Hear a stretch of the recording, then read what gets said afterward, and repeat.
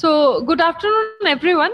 School of Science and Humanities, Purnima University is organizing a webinar series on glimpses of future prospects and opportunities in science and technologies.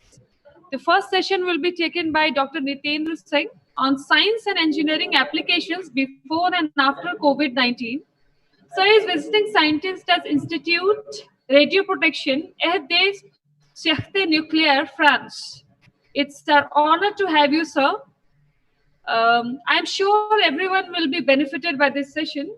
I request the participants to write their questions on question answer platform so that sir can resolve your queries. And once again, heartiest welcome, sir. And we are looking forward for this session. Thank you. Good afternoon, everyone. Good afternoon, everyone. Good afternoon, sir. Thank you for this nice introduction. Thank you. Yeah, I again welcome you all the participants, faculty members, students, and particularly I welcome Dr. Nitendra Singh ji, who is the expert today, who will be taking session on this particular very important topic, new aspects and applications of science and technology in this changing environment. And I welcome you, and we are honored to have you today with us, Nitendra ji. And I'm sure that participants will get a lot of information, knowledge from your vast experience. And the challenges are too much, and we have gained a lot of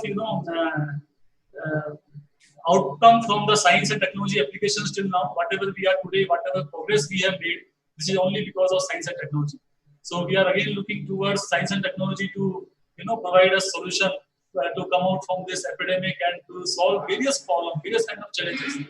And we want in times to come to change the mindset of our students, faculty, the way we are thinking, the way we are living, the way we are dealing issues. And it will be only possible if we evolve new things, develop new things, and change our lifestyle, change our thinking mechanism. And as well as we understand that the basics will remain same, fundamentals of science and technology will remain same, but application will change. It's the way we will be using it will be changing. And I think there is no other better person than you to help us, guide us, mentor us, and tell us what to do, how to do. And finally, our students will learn a lot from you. So over to you, sir, and kindly take the session on this very important topic and help our students particularly to learn and to do things in a different way and start working in this new world, which will be, they will be facing this world in next few years also, right? The whole thing will change. So they will again need a lot of input from various experts, and then only this mindset can be changed. So thank you, Nitendra ji, for coming again, and I welcome you from Purnima University from our own side, and over to you, sir, please. Thank you, Dr. Gupta, for the kind words. I must say you are the right people who are building the basics and instilling all these basic things, regarding science and everything in the students. I will just try to say what I think during this time. If everything is okay, I want to confirm from technical side and everything. If we are okay, all cool. Okay, let's go. So very good afternoon to all of you, and I hope everyone is quite fine during this pandemic and everyone is quite safe and you're maintaining your health and positivity in you.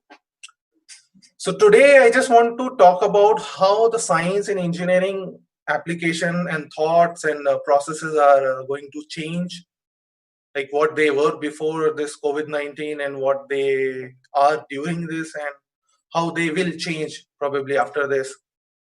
So the presentation, I don't have any presentation. I'm not going to bore you with the slides and stuff. This is just an interactive session. You can ask me anything you want if you feel like, or you can interrupt me if I'm saying anything wrong.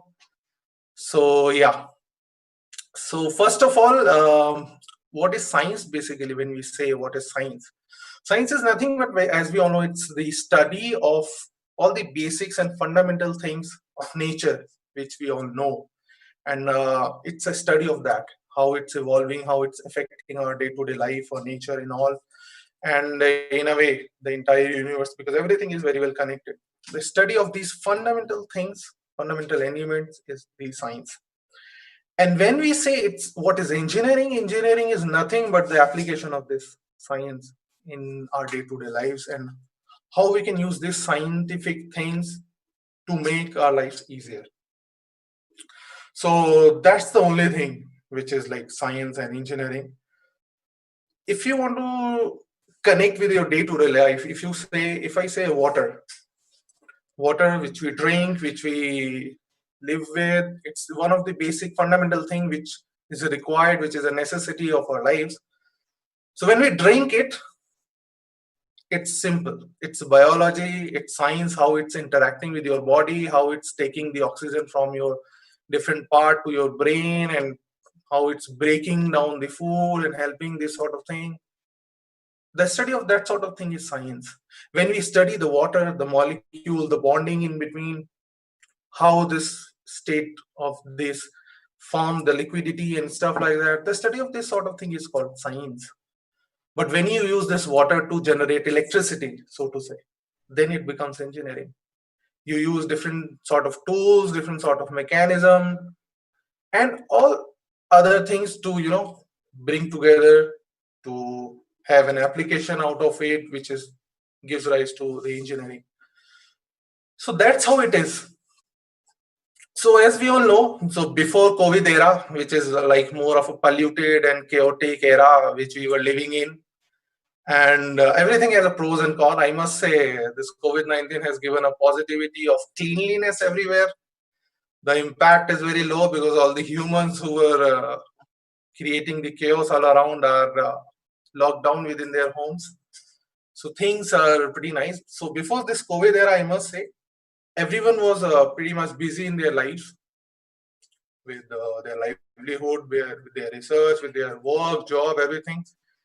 And in the similar fashion, science was also making its own progress. The research, we were focusing more on basic science. The experiments at LIGO and CERN, they were trying to find the basic answers to the pretty existence of our lives.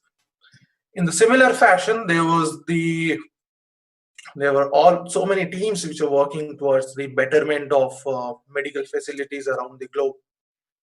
It's not for the first time that we have such a pandemic. Of course, it's a pretty large pandemic. But before that, we have a outbreak of many diseases. We had this Ebola. Before that, we had, like, long back, we had anthrax and things like that. So it has been a long time we were being challenged by so many diseases, viruses, bacteria, and stuff like that. And all the medical teams and the people who are associated with these medical industries, they are pretty much focused on bringing out the vaccine for is how to do it, this and that. So in a similar fashion, before COVID era as well, things were pretty normal. We were all busy in our lives. Somehow, once this corona virus started spreading around the globe, eventually nobody thought of like the scale at which it will spread. But when it spread, we found it's huge. It's huge, affecting billions of life, directly, indirectly, affecting economics, everything which you can see around. It's pretty much affected with it. So what we think that what brings the change, and what are the things which we were working on and how it will change now. So I'll take a few examples. Like before the COVID era, everyone was focusing more on renewable energy, the new source of fuels. We were talking about wind energy, solar energy, tidal, this and that, fusion, new fuels, biofuels. We can focus more on these green fuels. And we were also talking about different ways of improving communications, the fast communication, the 5G, Wi-Fi, fiber, this and that. Everything had their own pros and cons, of course. But I think during this pandemic, we have realized that all these things have helped us in one way or the other. During this time when everyone is locked down, we have found like everyone is quite accessible. Not everyone, of course, but like most of the people are quite accessible with the sufficient supply of food, water, and the essentials which we say. This is mainly due to the communication and the facilities which the infrastructure which has been already been developed and set up before. So, and one of the most important thing, I think everyone must connect with it, that the entertainment is still maintained. The internet, the memes, you can find everywhere, which is very important for you to maintain your positivity and stay alive during this sad so-called times. So these are all, applications of science and engineering which we are coming up with. But my main focus from today's topic is how the medical industry is evolving now.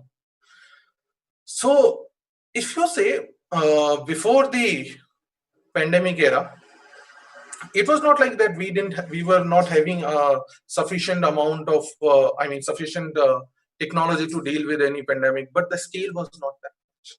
This we should accept. We had all sort of technology, we had all sort of equipment, we had all sort of diagnostic tools which are quite sufficient to fight and to understand how things are going in this direction. But certainly we didn't have the numbers to deal with such a huge quantity which we are dealing now, which is like millions in a day across the globe. So the scale is pretty big. It's not like we have also realized that it is not necessary that only a developed nation can survive this thing, or developing nations cannot survive this thing.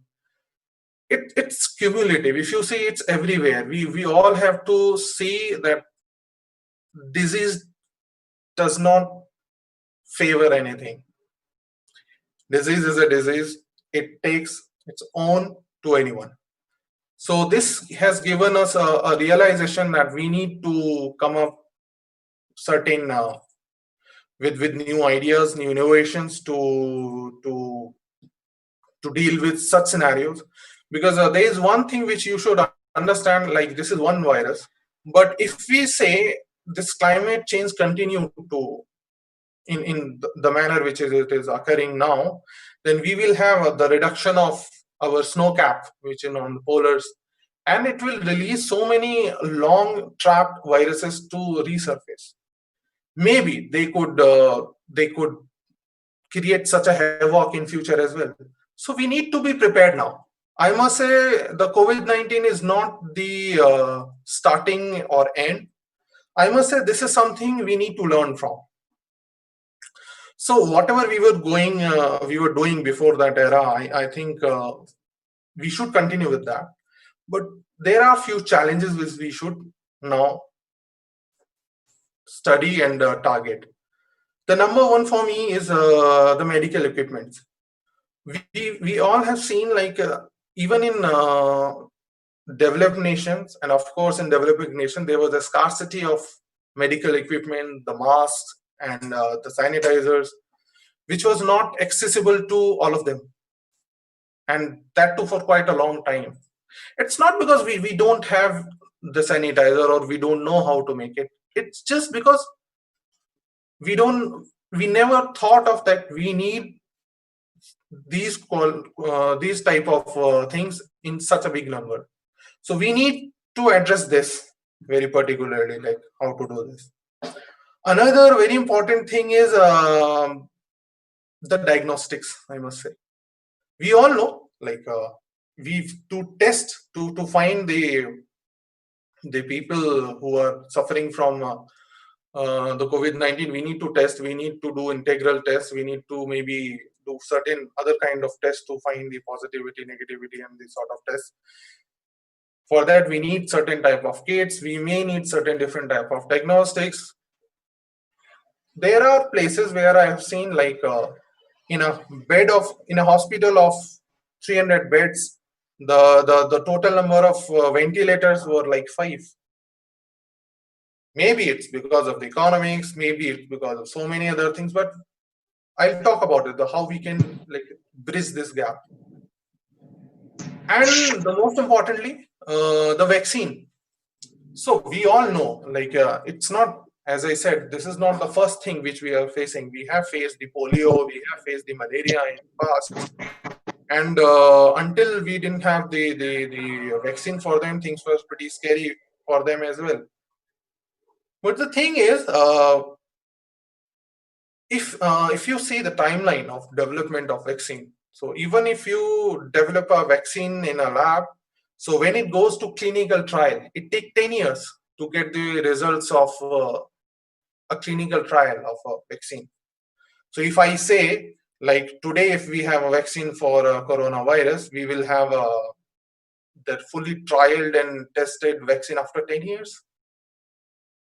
This is a question. So if you say these are the challenges which we are facing now, okay. So this is one, is the scientific challenge, that we don't know the behavior and the remedy for this virus, how it's behaving, how it should be cured, and how it should be dealt with. This is the scientific challenge.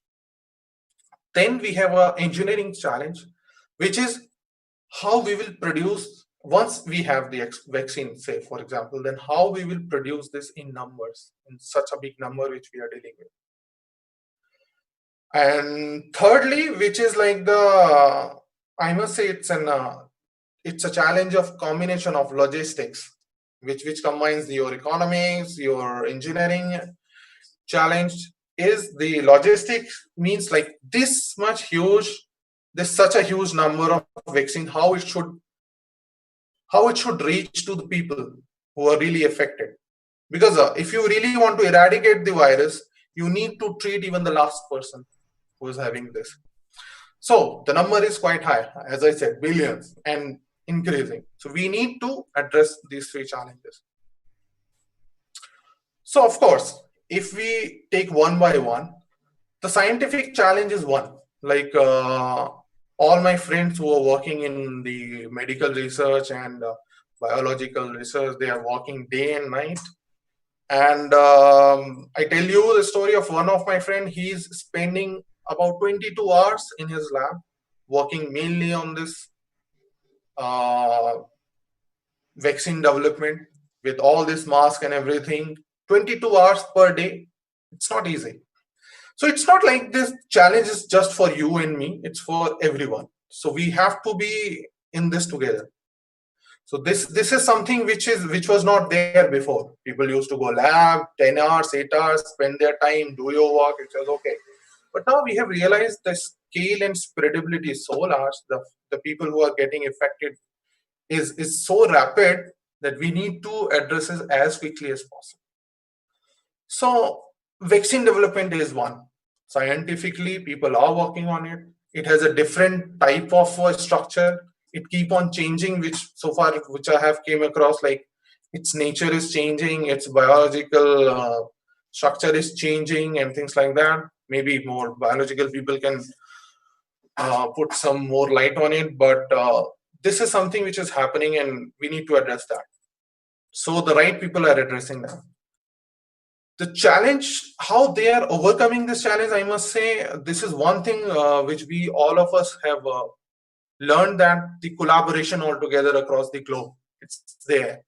And I really appreciated that all the research labs across the globe, all the regulators across the globe, they have come together and they have been working day and night. For example, before, if you apply for the approval of a drug, so to say, you may need to wait for like 6 months or 8 months for its approval. But because of this situation, everyone is sitting together, putting more than 400% of their efforts to it. You can get that approval within 24 hours.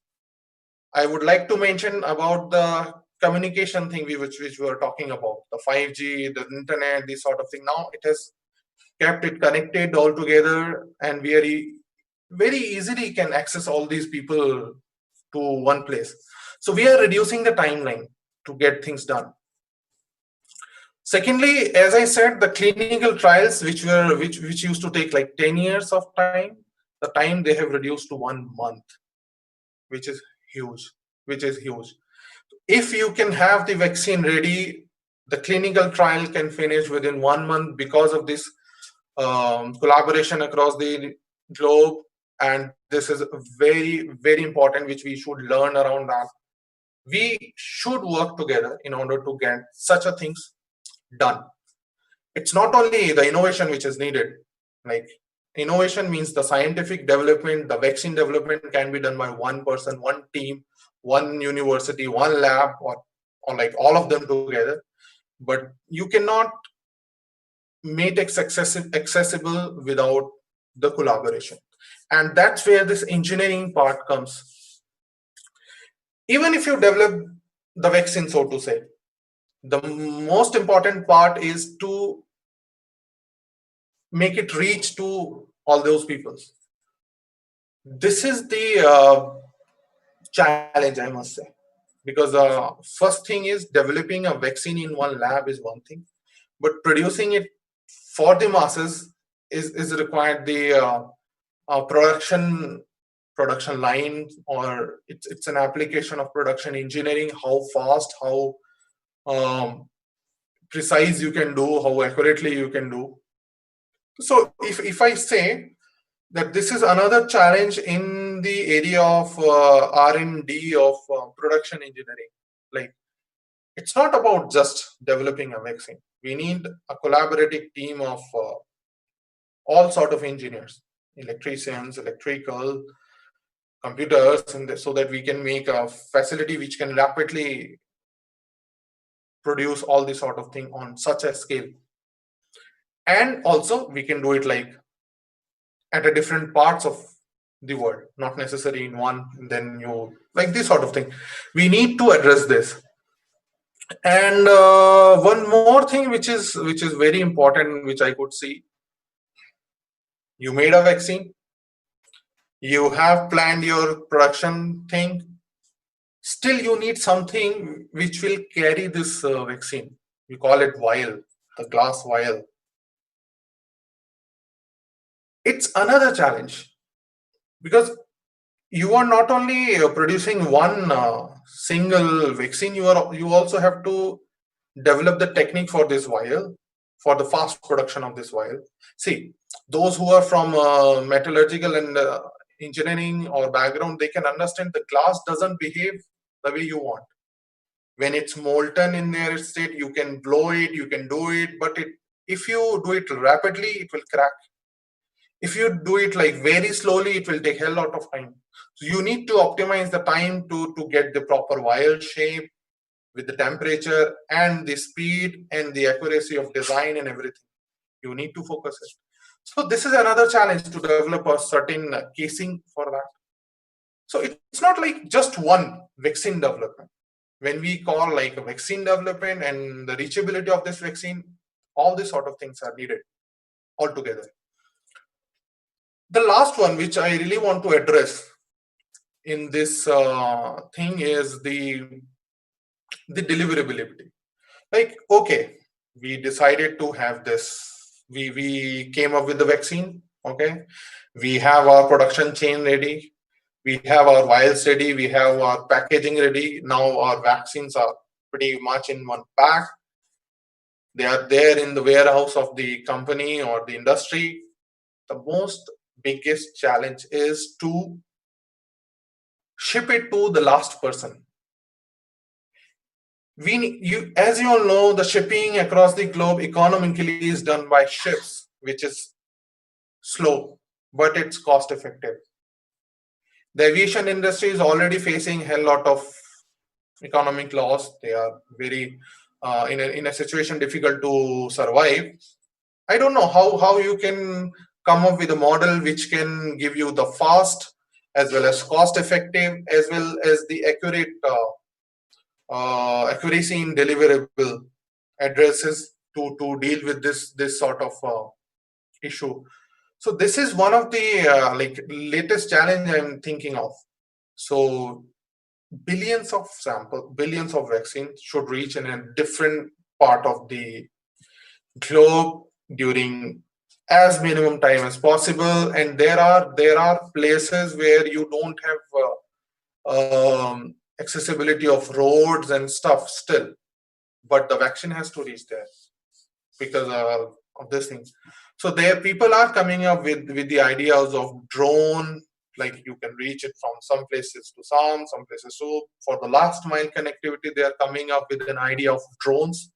You can use, pick it up, you can drop.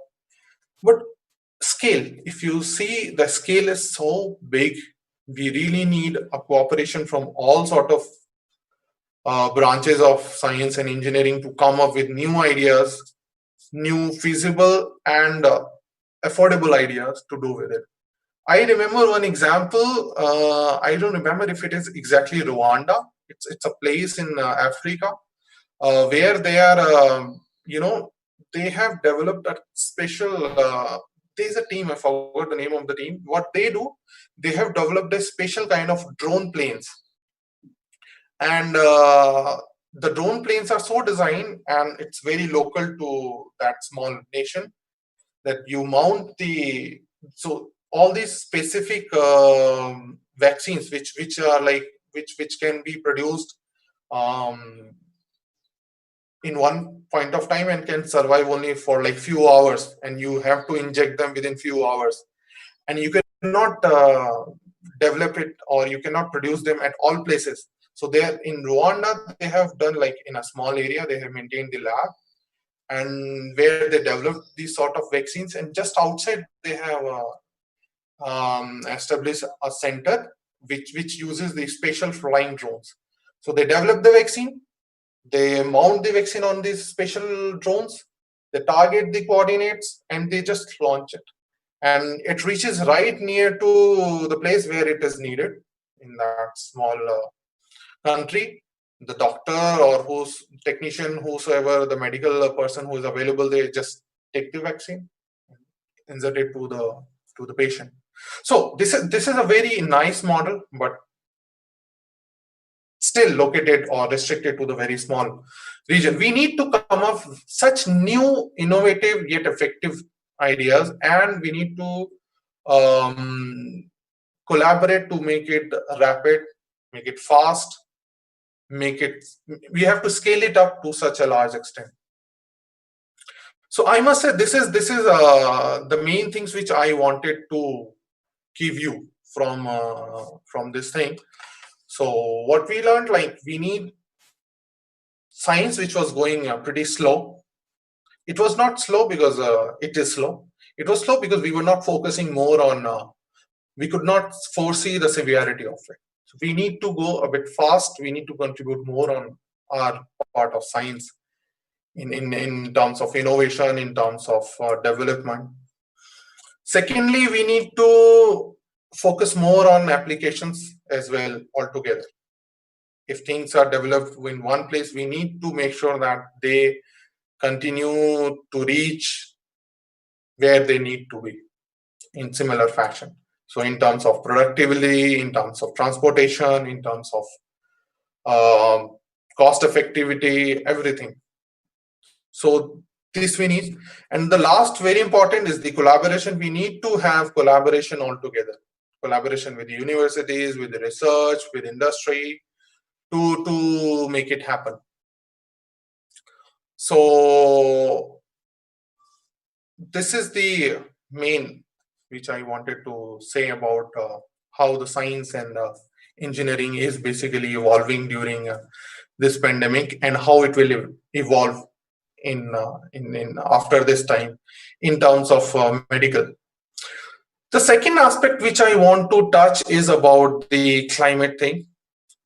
So before the COVID-19, if you see, we were like, there were a lot of protests, and we were also pushing a lot in UN meeting of the meeting of parties, like we should consider more on renewable energy, then we should focus more on reducing the pollution and our greenhouse generation and all. It is somehow, I feel that due to the climate change, there are many issues which are increasing across the globe, whether it's the hurricanes or cyclones or earthquakes, maybe tsunami, of course. Because somehow when we see in scientific terms that when there's increase in temperature of Earth, the temperature of the surface aerial atmosphere will also increase, which will give rise to the density difference in air, and which will definitely affect the all currents around the globe, which will definitely change the weather across the globe, and eventually it will give rise to number of interaction with water of different temperature, airs of different temperature, and of course we will get these sort of things happening, the hurricane, tornadoes, and all sort of things. So we need to understand that this is also a scientific challenge. It cannot be like if we say that I don't see climate is changing. It's not like that. If you don't see, it doesn't matter, it's not happening, it's there. If you think like how can I say or how can I judge if it is changing or not, then go back in your life 10 years back, and you can realize that 10 years back the temperature, the highest temperature in the month of April was this much, and what is the maximum temperature of in your region today? Just that. I'm talking about local effects, I'm not talking about global. If you see the local effects as well, you can cumulatively find, if we like I can see like hundreds of people are joining today. If all of them will try to evaluate this thing, like how much is the temperature difference in their region, and then if we do a cumulative thing and try to have an average out of we can find this number. Maybe it's 0.1 degree, maybe even 0.2 degree.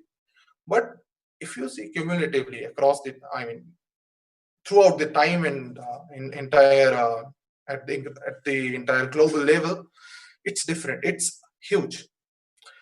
So this is a scientific challenge which we need to address. Somehow, now the thing is, we cannot stop living, we cannot stop developing, of course, but somehow we need to find innovative solutions. Yes, there were debates that we can go to the renewables completely, we can go to electrically dependent devices and stuff like that. But in turn, we need to reduce our carbon footprints somehow. So in that term, if you see the applications, the engineering solutions come into the picture. This thing was there before the COVID-19 era as well. People were talking about this, but I think now we need to go beyond. We need to think of how we can, like 2 months, say for example, 2 months of lockdown. Venice is pretty clean, okay? It has become again a honeymoon destination. Before it wasn't. In summers it used to like smell like anything, but now it's pretty beautiful again. The water near to our beaches is beautiful again. The air, if you say Delhi, it used to be called as a gas chamber. It is now I would think like the AQI was less than 25 or something, which is like amazing. So nature has its own. If we can see, if we can stop our activities or things which are affecting nature in calculative manner rather, then I think we can achieve it. And the engineering roles are pretty much in it. We can somehow find the solutions for that. In terms of maybe we can have a regular lockdown of a week or two in a year or twice a year, which will help, I think, a lot. Or we can have some sort of different solutions to clean the air, to maintain a distance from the naturally reserved things. I was recently reading an article. So many endangered species were seen back during this time. So this is a thing which we need to address now. We need to address that how we can find the solutions after this pandemic in collaboration to each one of us, and then make this world happy again. So that's all from my side, the brief, and I hope you might have some questions on it. So I'm now able to answer a few of them. Thank you.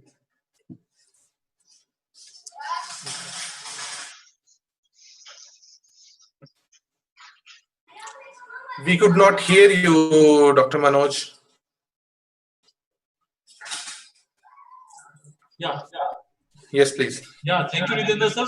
Very informative and useful session. I think students may now ask questions also, or faculty members. Rima, do you have anything to ask?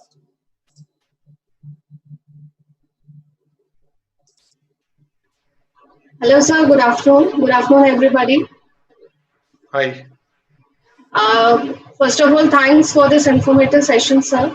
I was just wondering while listening to you that like MERS and SARS have already been there, and there might be some cures also. Then why isn't the study of MERS and SARS helping us in the development of vaccine of COVID? I'm sorry, your voice is breaking. What we have and what we are not able to address? Sir, my query was that SARS and MERS have already been there, like it's been epidemic in some of the areas of this world. Okay. Yeah. So also family of viruses. So why isn't the treatment which might have been like used to cure those patients isn't helping us anyhow in this COVID? Although I'm aware that this COVID is genetically muted virus, but I guess like, well, it's just a vague question if you can address it. No, it's not at all vague. It's a pretty nice question, and I must say this is one of the relevant question among all of us. That why? I would say it in another manner. We are living in 21st century, and we used to say before COVID, like we have solution to everything, this and that. We can colonize Mars and stuff like that. But when it came to virus, just stuck. We don't have solution at all. So the thing is, yes, you have asked pretty nicely that why. We all know, even if you ask me, then even the history of COVID, or as you rightly say, the history of SARS, it has already been studied. Even the COVID-19, which is the advanced SARS virus, it has also been studied to some extent. And I think previous year there was a student who was basically doing research on that thing only. So they have done some study, but still when it comes to a vaccine, so to say, or when it comes to medicine, so to say, then it's not just one thing you need to address. For example, if you created one drug which can kill this virus, okay, which is easy, okay, but when it comes to the clinical trial, you put this drug in the body, you found like it is killing that virus, of course, but it is killing many others, which could be risky for the human lives. So I think in my understanding, for the moment, I see it's like it's this thing as well, which is still people are addressing. Like one of my friend who's working on this in Spain, he explained me like, of course, the virus has evolved in different part of the world. It has its own version in different part of the world. And even if they've developed the one basic vaccine for one particular virus, one particular version of this COVID virus, it will not address the 100% of each. Maybe 80%, maybe 70% of this one. Secondly, if it is addressing one particular version, and the side effect of it is like say 10% or 20%, we don't know. Maybe for another version of virus, the side effect could be more. So somehow we need to balance, as you know, we need to balance out. For example, if you take a paracetamol, okay, to treat your fever, okay, treat your fever, brings down your body temperature, but it affects your liver, kidney, these sort of organs. Slow, but yes. And that's how it is. I think this is the thing which is still affecting the development or slowing down the development of this vaccine. People are still not able to fully get convinced, okay, how much risk we can take in sort of life. For example, when we treat cancer using the radiation technology, we are able to target the cancerous lesion, but the nearby, the surrounding tissues get affected, which is okay, which can be healed within a day or two. Okay, so we can take that risk if there is a cancer which is very, very dangerous. So to kill that lesion, we can take a risk of killing few of the surrounding tissues. So that sort of risk evaluation, I think probably this is the reason because of which we are still not able to come up with a correct solution. I don't know how much time we need to take, but I think we need to wait for a while. I hope I could say something. Yes, definitely, sir. Thank you.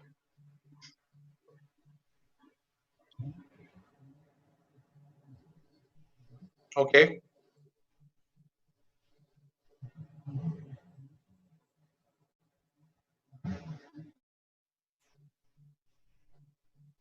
Yeah, it's not only India, I must say. This is what I was saying. It's not the thing of developed nation or developing nation. I must say, everyone is affected severely. You have seen the condition of Europe pretty well in the past. Now it's okay. It's okay. But you are still seeing the situation of the countries like USA, the India, which are like big nations. So if you say like US is very big nation in terms of economy, in terms of development, in scientific and engineering aspect, we have a country like India, which is okay, not that much developed. We are still having our own issues, which we need to address. So yes, this is a right time to introspect ourselves. I must say, we need to improve our healthcare. I must say, along with, as we rightly say, we need roti, kapda, and makan, like the basic needs. Along with that, I think health is really important. We need to improve our medical and healthcare system. Absolutely. Now, at least in 21st century, I should not see anyone dying of just like that because he could not reach to the hospital, or he didn't have any access to any medical facility in time. So yes, definitely we need to improve it. We need to improve it, and we should learn from others. Others as well, like what went wrong in their thing. Like I'm really impressed by the thing. The railways came up during this time. They developed this. They converted into a train into a COVID hospital of this sort of thing, which is a nice idea. Why we cannot have such a train available all the time? Maybe in 4 or 5 regions all the time, if needed. If somewhere some accident took place, just send the train. Some sort of natural calamity occurred, send the train. Why cannot we cannot have this thing? And one more thing, when it comes to the improvement of medical facilities, we always, like most of the government, if you'll see, they always say we are limited with the funds, we don't have such infrastructure and things like that. There I want to tell them, if you go to technological advancement, we have it. And India is such a nation which is having a lot of skills and a lot of innovation in their own country. We can combine it together and we can generate and develop and produce a lot more cheaper, effective, and one of the most efficient things in the world. I'm saying on the basis of few data in the sense few developments, which I'll be talking in my second lecture on 3D 3D printing. Because if you use this technology combined with the internal technology, we can do it like rapidly. We need not to wait for something we'll buy from some nation at this much price on this. And this is applicable to all the countries, whether it's Africa, whether it's Latin America, anywhere in the world. Those who want to revive their medical facility at a low cost and effectiveness, yes, solutions are there. We need to address it. We definitely need to address it. That's what. Thank you. There are a few more questions now. Yes, Shall I please. read or-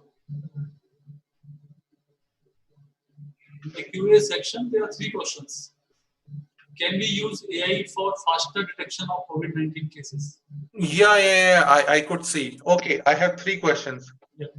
Yes. Yes. Can we use AI for faster detection of COVID cases? Yes, we can do. We can definitely do this, combining it with the different physical testing methods and using some sort of AI. We can do it, and I think South Korea is already doing it to some extent, if I remember correctly, but not fully for the moment, because as I said, if we could detect it correct, it's okay.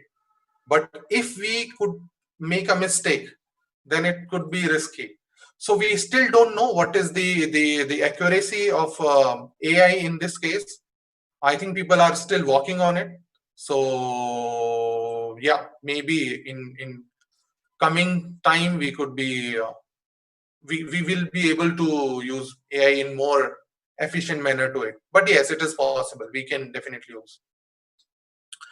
Second question is Mr. Lokesh has asked, COVID-19 L strain virus is more dangerous than as S strain.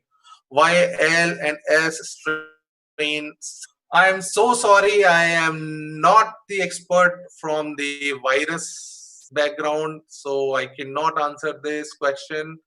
But I'll do one thing. I'll take a note of this question, and we'll post it somewhere on the platform in after discussing with the expert from this field. Sorry for that, Mr. Lokesh. What about the plasma therapy during COVID-19? Yes, this is a question by Lavi Vaswani. Plasma theory is one of the promising theory. It came up, but I don't know. Few people have given permission to it, and few cases were treated with the plasma theory. But I don't know. There are certain issues with it. So maybe you can use it. You cannot use it. This will mainly depend on your medical department or the medical authorities to say. I don't know. I cannot put a lot of light on it. But yes, plasma therapy has been one of the promising therapy so far, but not in all cases still.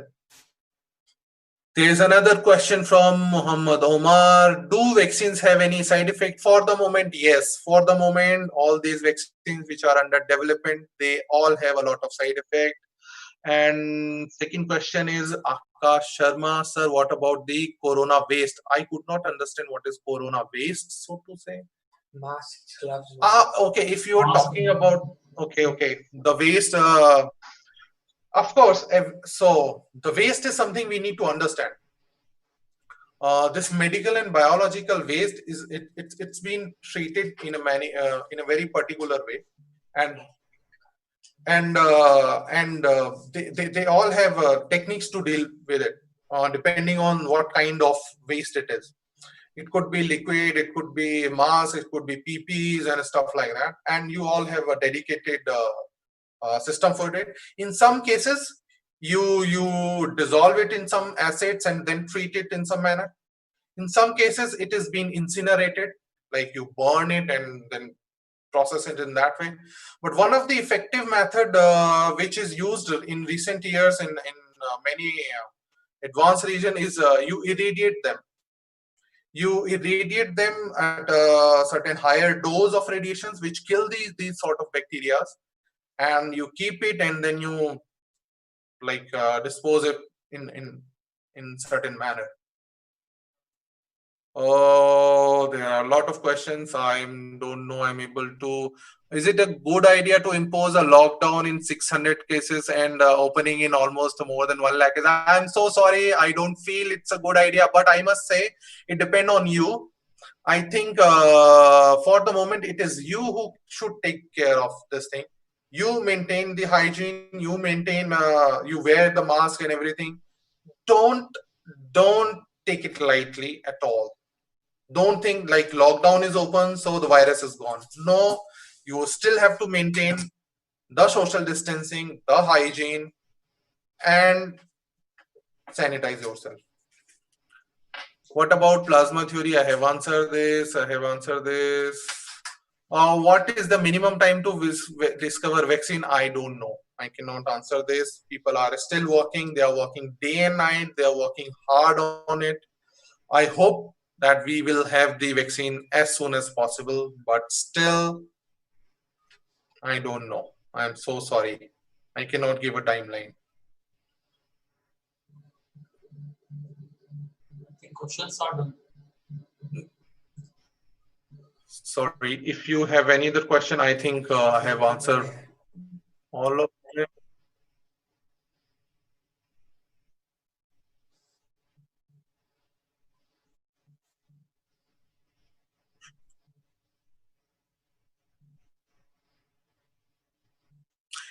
Yeah, I think this is a really a nice question, I must say.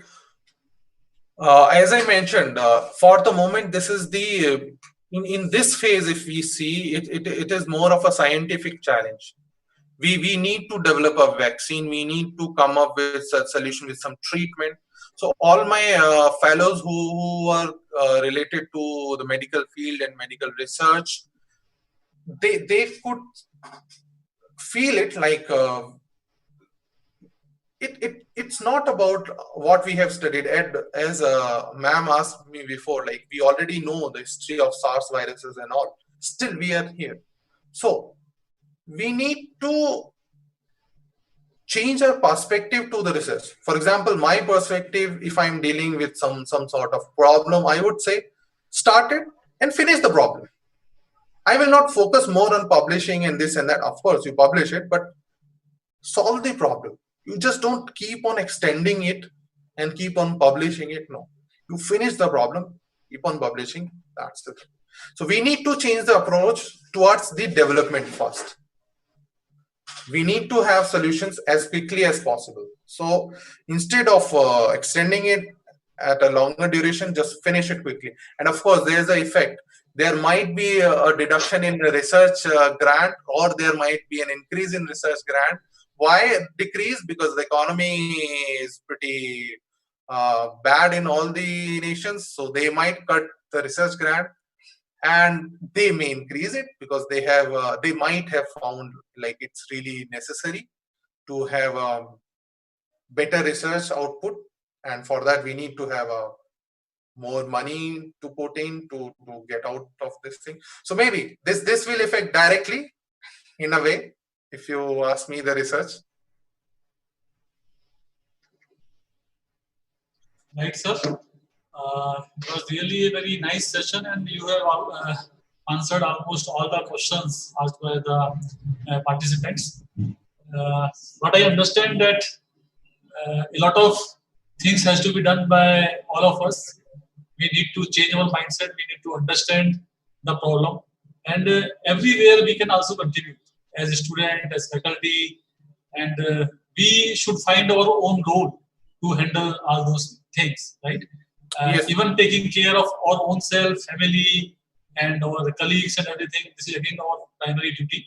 And then finding solutions in the present time by applying our knowledge, existing knowledge, whatever we have, whatever way we can contribute. It is very important. And you rightly said about research that finishing the problem, it is very important rather than publishing. We are focused mostly in publishing rather than handling the problem. So because of this structure of our academics and all that. But now I think things will change. The perception is changing. The way we are handling things is changing. So every walk of life, we will find some changes also. So thank you, Ritendra sir, for your contribution, for your this nice session. we are very much thankful to you, sir. Thank you so much for the opportunity to come again and again. I must say, it always feels lively to come in front of you students and interact with all of you. I hope that you take care of yourself. It's very important. Lockdown is over, maybe, but the risk is still there, and I must say it has increased now. So please take care, all of you, and stay safe. Stay as safe as possible. That's it.